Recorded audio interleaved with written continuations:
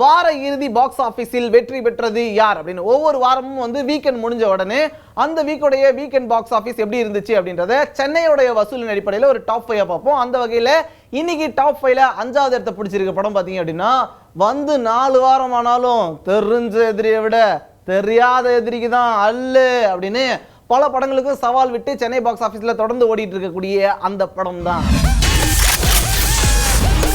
பரதன் இயக்கத்துல விஜய், கீர்த்தி சுரேஷ் உள்ளிட்டோருடைய நடிப்புல ஜனவரி 12ஆம் தேதி வெளியான திரைப்படம் பைரவா. இந்த திரைப்படம் வெளியாகி 4 வாரங்களாகியும் சென்னை பாக்ஸ் ஆபீஸ்ல பைரவா தொடர்ந்து ஓரளவுக்கு நல்ல வசூலை கொடுத்துக்கிட்டு இருக்கு. விஜய் ரசிகர்களுக்கு விருந்தா அமைஞ்ச இந்த திரைப்படம் வெளியான 4 நாட்கள்லயே 100 கோடிக்கு அதிகமா வசூல் செஞ்சதோட வெளியான நாள்ல இருந்து இது வரைக்கும் சென்னை பாக்ஸ் ஆபீஸ்ல 7 கோடி வரைக்கும் வசூலை ஈட்டியிருக்கு. மேலும் கடந்த வார இறுதியிலையும் கணிசமான வசூலை கொடுத்திருக்கக்கூடிய பைரவா திரைப்படத்துக்கு இந்த பட்டியல்ல 5வது இடம் கிடைக்கும். இந்த பட்டியல்ல 4வது இடத்தை பிடிக்குது மங்கிஸ்தான் சைனஸ்தான் அப்படின்னு குங்ஃபு யோகாவா வந்து இந்தோ சைனா மூவியா வெற்றிகரமா ஓடிக்கிட்டு இருக்கக்கூடிய இந்த படம் தான் இந்த பட்டியல்ல 4வது இடம் பிடிக்குது. எப்படி ஓடிக்குது, எவ்வளவு வசூல் பண்ணிச்சு அப்படின்றதெல்லாம் வாங்க.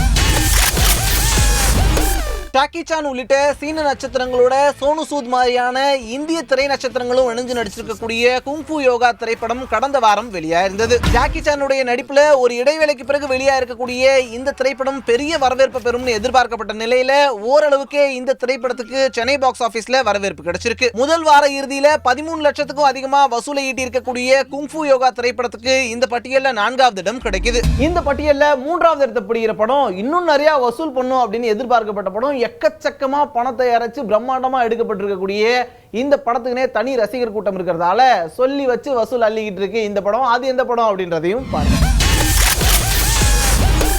இந்த பட்டியலில் 3வது இடத்தை பிடிக்குது ரெசிடென்ட் ஈவல் திரைப்படத்துடைய 6வது பாகமா வெளிவந்திருக்கக்கூடிய ரெசிடென்ட் ஈவல் ஃபைனல் சாப்டர்.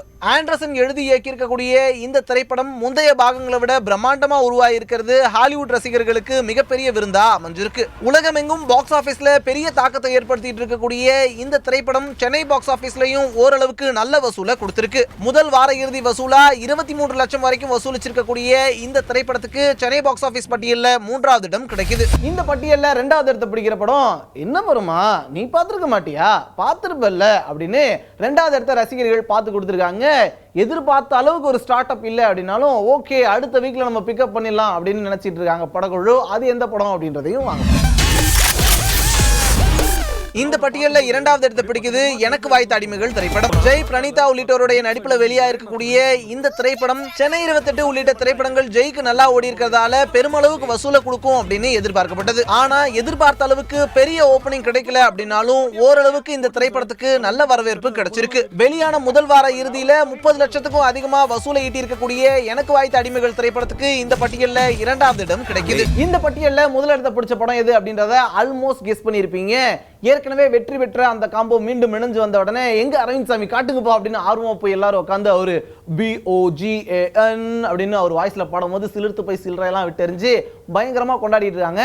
அத்தனைக்கும் ஆசைப்படு அப்படின்னு அரவிந்த் சாமி அவருடைய ஸ்டைல்ல சொல்லியிருக்கக்கூடிய இந்த படத்துக்கு தான் இந்த பட்டியல்ல முதலிடம்.